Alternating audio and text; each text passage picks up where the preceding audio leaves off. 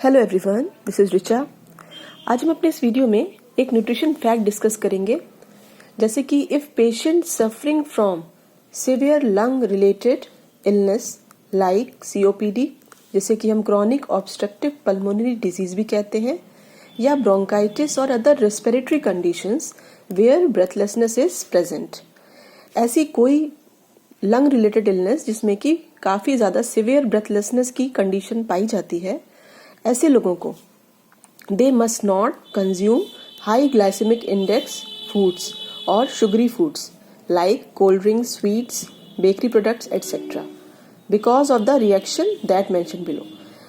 ये जो पेशेंट हैं जिनको भी रेस्पिरेटरी इलनेस है और जिनको बहुत ज़्यादा सिवियर ब्रेथलेसनेस की प्रॉब्लम है, उन्हें बहुत ज़्यादा मीठी चीज़ों को नहीं खाना चाहिए, क्योंकि इस रिएक्शन की वजह से ये जो रिएक्शन है वो है ग्लूकोज मेटाबॉलिज्म का रिएक्शन, जिसमें कि वन मॉलिक्यूल ग्लूकोज जब मेटाबॉलाइज होता है, या उसको हम कहें कि ऑक्सीडेशन जब इसका होता है एक मॉलिक्यूल ग्लूकोज का, तो 6 मॉलिक्यूल कार्बन डाइऑक्साइड रिलीज होती है, 6 मॉलिक्यूल वाटर का रिलीज होता है और 38 एटीपी रिलीज होता है, जो कि है एनर्जी करेंसी ऑफ सेल।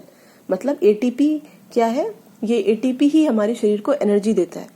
तो एक ग्लूकोज मॉलिक्यूल के कंप्लीट ऑक्सीडेशन पे हमको 38 एटीपी मिलते हैं, 6 मॉलिक्यूल वाटर के मिलते हैं और 6 मॉलिक्यूल कार्बन डाइऑक्साइड के मिलते हैं।